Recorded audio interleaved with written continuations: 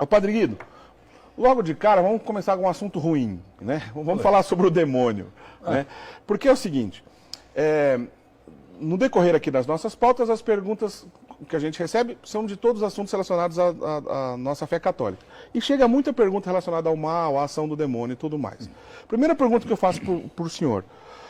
O demônio, ele é capaz de saber todas as coisas, assim como o próprio Deus conhece e sabe todas as coisas? O demônio é capaz de saber o que a gente está pensando, Padre Guido? Diácono Eric, em primeiro lugar, a Igreja, através do seu magistério, ensina que os demônios são anjos que foram criados bons, mas que se tornaram maus por própria culpa, por orgulho e soberba. Portanto, eles não são omniscientes, isto é, não sabem tudo, não são onipresentes, não estão presentes em todos os lugares ao mesmo tempo, e nem são onipotentes, não são todos poderosos, certo? Mas têm, porém, poderes superiores aos nossos, né? Porque são anjos, são puros espíritos. Naturalmente, meus amigos, pelo fato que o demônio não pode fazer nada contra Deus de uma maneira direta, se descarrega contra a pessoa humana feita à imagem e semelhança de Deus. E este serviço, entre aspas, do demônio é constante. Mesmo as pessoas mais santas recebem a influência do mal, que, porém, nunca poderá superar, e repito esta palavra, nunca, a vontade humana. O demônio fará de tudo para que cada um de nós se afaste de Deus, use a mentira, peque também de soberba, de orgulho, se considere, por exemplo, um serviço social como um poder de destaque. Fará de tudo uma pessoa, às vezes, para conquistar o mundo pessoal, esquecendo dos outros, e quem vai bater palmas por isso é exatamente o autor do mal. Portanto, um pormenor, diácono Érica, quando Jesus ensinou a oração do Pai Nosso, a última expressão do Pai Nosso, mas livrai-nos do mal. Só que esta palavra mal, em aramaico, está escrito com a letra maiúscula, seria melhor traduzir, digamos assim, do autor do mal. Mas livrai-nos do autor do mal, porque é ele, o demônio, que se serve da nossa fraqueza, mesmo sabendo que somos imagem de Deus, para atrair mais uma vez a Deus. Por isso, é ele o autor do mal e que não fica dormindo no ponto. E aproveita de todas as oportunidades. Mas, portanto, saibam, porém, que é sempre uma criatura. Aliás, podemos justamente ensinar aos nossos amigos telespectadores o pecado que entrou no mundo em várias manifestações, né, de desobediência e de soberba, exatamente pelo fato que a natureza humana, com a presença do demônio, fez com que a pessoa humana pensasse em ocupar um espaço que não era de sua competência. Por isso, nós encontramos a expulsão do paraíso terrestre e ainda no livro do Gênesis temos aquele episódio conhecido como a Torre de Babel. Mais uma vez o mesmo erro, subir na altura para ocupar o lugar de Deus.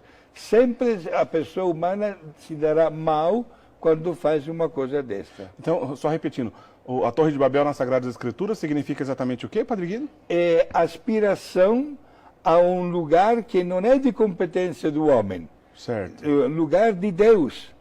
O demônio, na forma, como está escrito, muito bela e simples do livro do Gênesis, primeiro livro da Bíblia, o demônio disse muito bem para Eva: se vocês comerem do fruto, vocês se tornarão como Deus.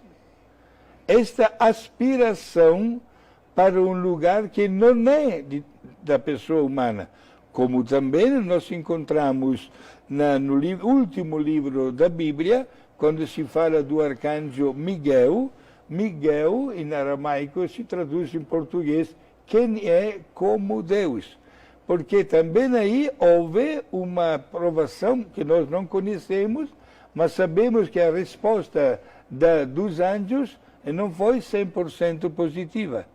Também se tratava, talvez, uma das pistas que a teologia apresenta, é que Deus mostrou para os anjos o mistério da encarnação, e que o Filho de Deus se tornaria homem, como nós, através de Maria, e menos contendo o pecado. E Deus pediu para todos os anjos de adorar a Jesus. E foi aí que os anjos se dividiram, se separaram, porque muitos, é claro, obedeceram, mas outros começaram a pensar, olha o pensamento negativo, para aí, claro que como Deus nós vamos adorá-lo, mas ele é homem, e como homem é inferior a nós.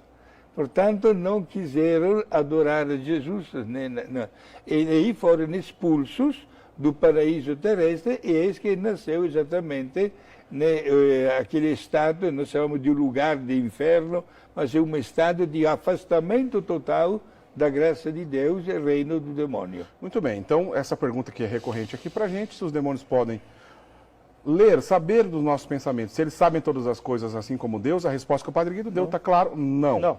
O demônio não é onisciente. Os demônios não são oniscientes, nem onipotentes e nem onipresentes. Exato. Certo?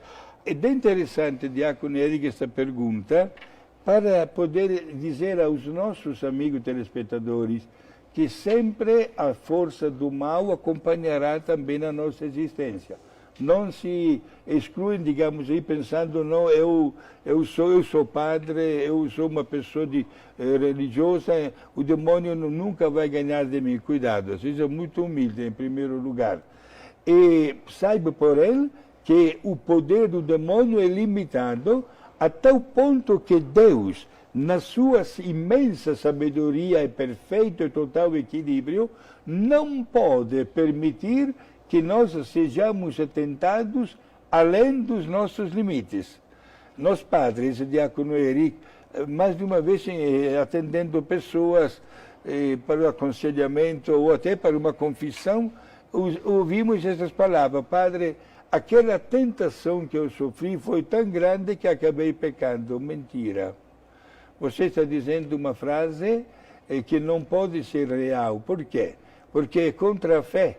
Porque Deus conhece quais são os teus limites e não permite que você seja tentado além da tua capacidade.